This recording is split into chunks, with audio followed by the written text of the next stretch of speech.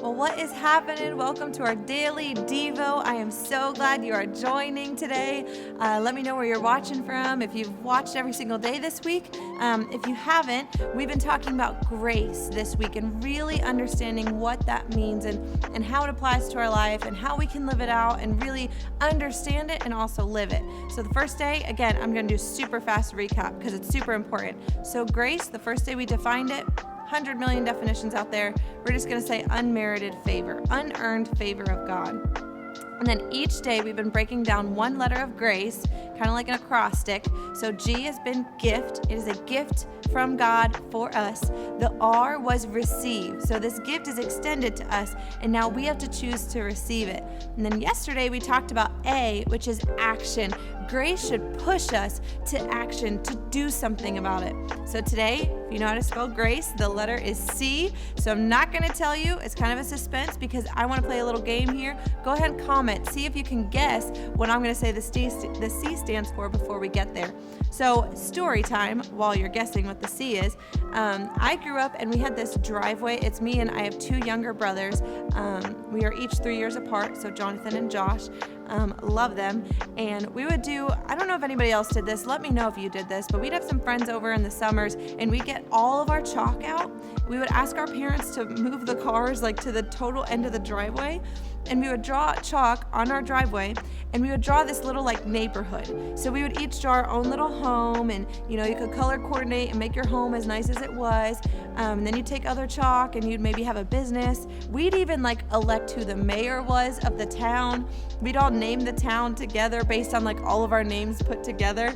It was super random. I grew up in Pennsylvania and there's not a lot to do, so this is what we did. So we'd all come up with these little neighborhoods made of chalk on our driveway. And then, who remembers Razor scooters? You remember those scooters? You had them, they were silver and they had the two wheels. You thought you were really cool if you had them, kind of next level. So we would have our little neighborhood. And not only was the neighborhood enough, we had little streets that we would draw. And how we would get around in the neighborhood is we'd get on our little Razor scooters and we'd drive through the town and we'd have music playing and we'd say, "Oh, hello, Mayor, what are we doing today?" It was pretty weird, pretty dorky looking back on it now, but it was really fun. And I remember when we'd wake up the next morning, some of our neighborhood would start to be taken away by like wind or just being outside, our parents putting their cars back where their cars go, or if it would rain. I remember being so disappointed because our whole neighborhood, my whole little home that my Razor scooter was parked next to, was gone because it was completely wiped away. What does that have to do with grace? I promise I'm going to connect it here. If you've tuned in with me, I've been starting with some crazy kind of story and jumping in. Well, here's what it has to do with grace.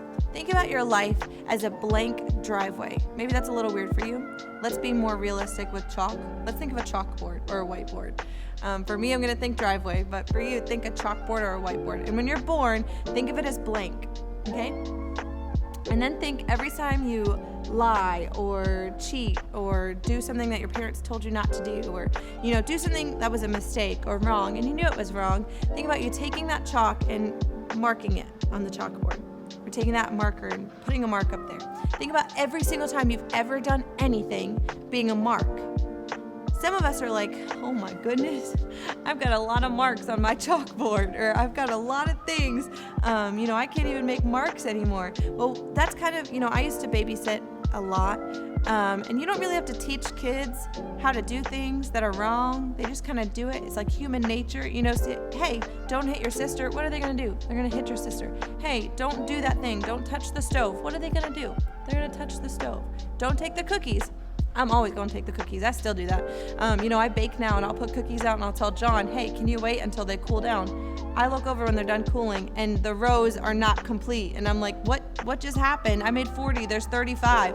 He's like, "Don't worry about it. Don't worry about it, sweetheart. Don't worry about it." So here's the thing. When we get to a point that we're understanding who Jesus is, we can kind of sometimes think, "Man, I'm bringing a lot of issues into this. I've got a lot of mistakes I've done. I've got a lot of sin.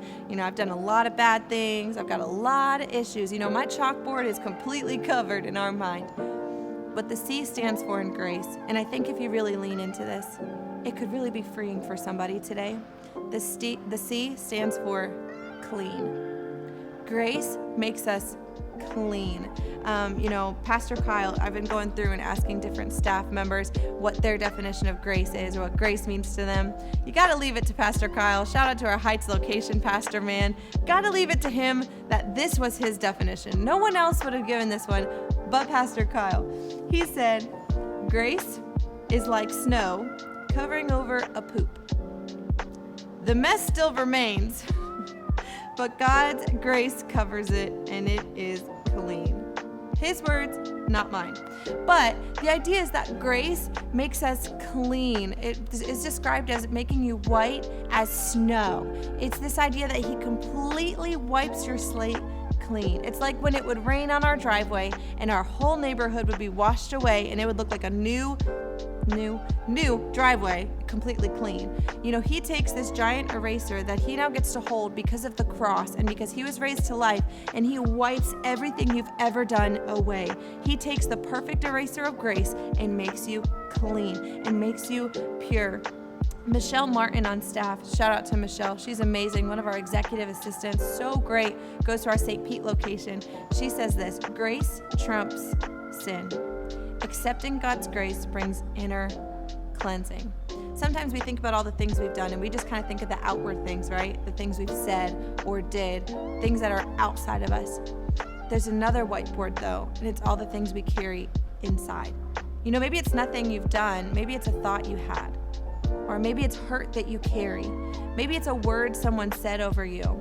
Maybe it's the way you reacted when somebody said a word to you. Maybe it's deep. Some of it's sin, but also some is just hurt, like rejection and fear and some trust issues, abandonment issues. Maybe some unforgiveness is there too.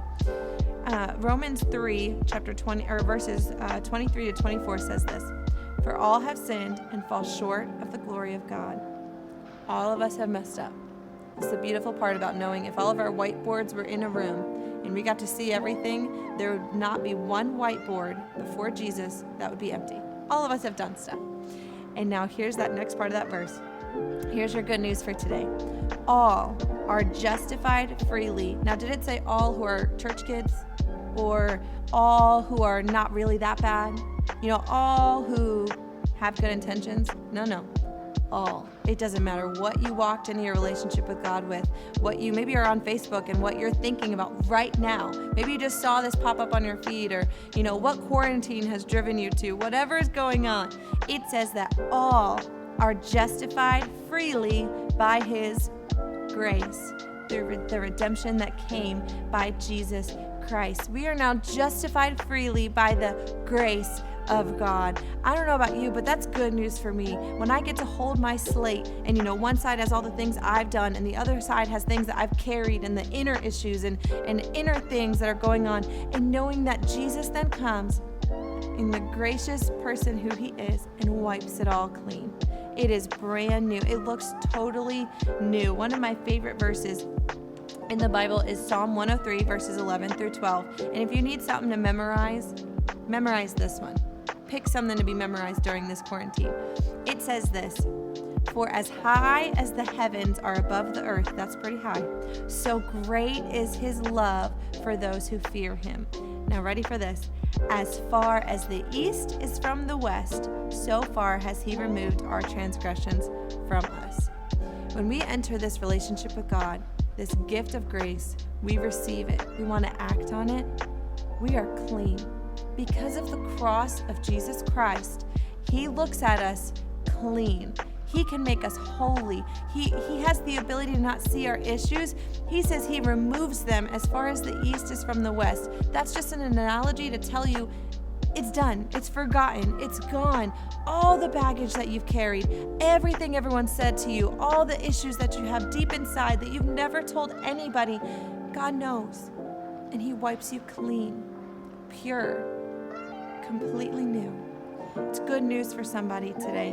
It is completely good news to know that we are now wiped clean. So why remember yourself what God has chosen to put aside? Why try to think, oh man, you don't know where I came from, or you have a relationship with God for a couple years, and I think the enemy tries to mess with our mind and forget that grace still means clean.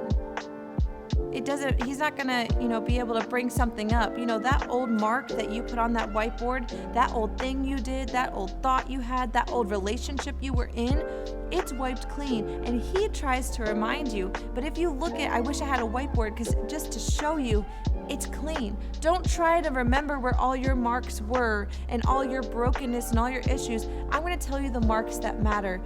It is the holes in our Savior's hand to pay the price so that I don't have to remember all the things that I've walked through. That's good news for somebody. Today, I want you to be free and totally walk into a new season. Come out of this, walk out of 2020 knowing that your slate is wiped clean, that the grace of God is enough. You haven't done enough bad things or enough good things. You haven't thought enough dirty thoughts, nasty thoughts, weird thoughts, crazy thoughts. It doesn't matter what you've ever done. His grace is strong enough, big enough, and powerful enough to wipe your slate clean. I hope that is good news for you today. I hope that you can really walk in, take some time today and say, God, I receive the clean slate that you have for me. Even where you're at, would you just put your hands out? I know it's weird, but no one's watching because you're in quarantine. Put your hands out and just say, God, I receive your grace. I receive the gift of grace. God, help me to act on it, knowing that I now have a clean slate because of your son, Jesus, and the sacrifice he paid for me.